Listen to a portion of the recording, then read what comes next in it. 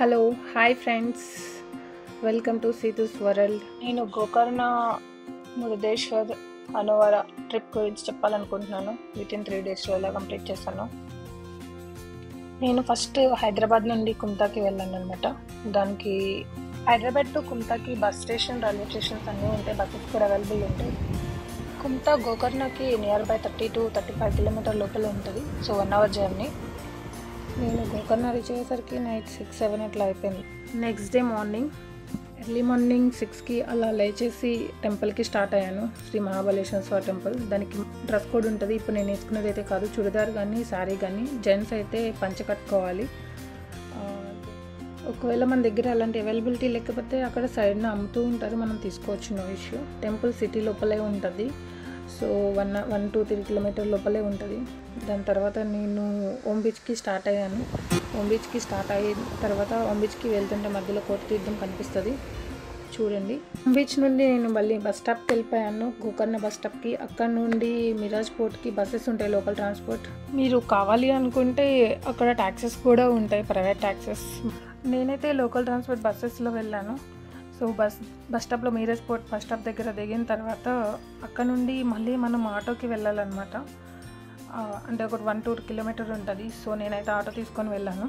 So మళ్ళీ back to Gokarna bus stop.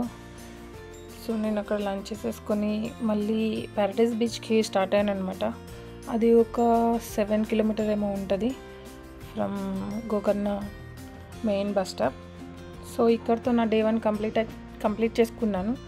దాని తర్వాత next day morning early morning లేచి గోకర్ణ బస్ స్టాప్ నుండి మురుదేశ్వర్కి బస్సెస్ ఉంటాయి, లోకల్ ట్రాన్స్పోర్ట్. అది తీసుకుని మురుదేశ్వర్కి వెళ్ళాను ఎర్లీ మార్నింగ్. సో అక్కడ రీచ్ అయిన తర్వాత టెంపుల్ చూసుకున్నాను. దాని పక్కనే బీచ్ కూడా ఉంటుంది, బీచ్ని కూడా చూసుకున్నాను. సో టెంపుల్లో నాకు తెలిసి దర్శనం 1 hour 2 hours అయితే పడుతుంది. ఏ సీజన్లో వెళ్ళినా కూడా అంతమంది ఉంటారు అక్కడ. కానీ టెంపుల్ సూపర్ వర్తబుల్, మస్ట్ వెళ్ళండి. గోకర్ణ వెళ్ళిన వాళ్ళు కంపల్సరీ మురుదేశ్వర్ కూడా విజిట్ చేయండి. నాకు గోకర్ణ నుండి మురుదేశ్వర్ వెళ్ళేదారిలో హనవర్ నది ఒక టూరిస్ట్ స్పాట్ అనమాట. అక్కడ అది కనిపించింది. సో నేను దిగలేదు. నేను మురుదేశ్వర్ వెళ్ళి రిటర్న్ బ్యాక్ అయిన టైంలో మురుదేశ్వర్ నుండి హనవర్ దగ్గర దిగాను. హనవర్లో కొన్ని టూరిస్ట్ ప్లేసెస్ అన్నీ విజిట్ చేశాను అనమాట. హనవర్లో మెయిన్లీ అట్రాక్టివ్ శరావతి మ్యాంగ్రోవ్ చాలా బాగుంటుంది లోపల అంతా. సో అక్కడ మనం బోటింగ్ కూడా చేయొచ్చు. 100-200 తీసుకుంటారు, వర్తబుల్. దాని తర్వాత నేను పక్కనే దానికి నియర్ బై ఆపోజిట్లోనే ఉంటుంది, దీనికి ఆపోజిట్లోనే ఎకో బీచ్ ఉంటుంది. ఇది రైట్ సైడ్ ఉంటే మెయిన్ రోడ్కి, అది లెఫ్ట్ సైడ్ ఉంటుంది. ఇది ఎకో బీచ్ మ్యాంగ్రోవ్స్ నుండి ఒక 1 to 3 కిలోమీటర్ ఉంటుంది మెయిన్ రోడ్ నుండి, అంతే. సో బై వాక్ అన్న వెళ్ళొచ్చు, లేదంటే లోకల్లో అక్కడ ట్యాక్సీస్, ఆటోస్ అన్నీ ఉంటాయి పక్కన రోడ్డు మీదనే. సో అవి తీసుకొని వెళ్ళొచ్చు, ఎక్కువ చార్జ్ చేయరు. దెన్ ఎకో బీచ్ అయితే చాలా బాగుంటుంది, ఈవినింగ్ ఇంకా బాగుంటుంది. సో నేను ఈ ఎకో బీచ్ నుండి అప్సరకొండ వాటర్ ఫాల్ అని వేరే టూరిస్ట్ స్పాట్ అనమాట, అక్కడ వెళ్ళాను. టైం ఉంటే వెళ్ళండి, ఇది ఆప్షనల్ అని చెప్తాను నేను. హనవర నుండి నేను డైరెక్ట్ గోకర్ణకి వెళ్ళాలి. సో 6 తర్వాత బస్సెస్ ఉండవంట, హనవర లాస్ట్ బస్ 6 అట. సో నేను 6 కల్లా బస్ స్టాప్ వచ్చేసి ఈ అప్సరకొండ నుండి గోకర్ణకి స్టార్ట్ అయిపోయాను. నా డే 2 కంప్లీట్ అయిపోయింది.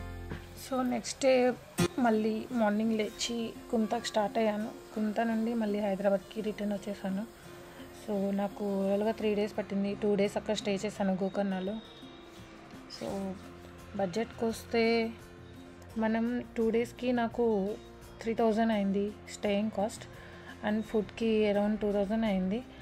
అక్కడ లోకల్ ట్రాన్స్పోర్ట్ వెరీ చీప్ అనమాట. సో ట్రాన్స్పోర్ట్కి పెద్ద ఏం అవ్వదు, బట్ మన ఖర్చులు అవి చూసుకుంటే నాకు అరౌండ్ 8000 to 10,000 అయింది. సో అక్కడ నేను మిస్ చేసినవి మీరు మిస్ చేయకుండా ఉండాల్సినవి ఎనాకేస్, Jog falls, half moon beach and Kudle beach. So must చూడండి మీరు కూడా టైం ఉంటే.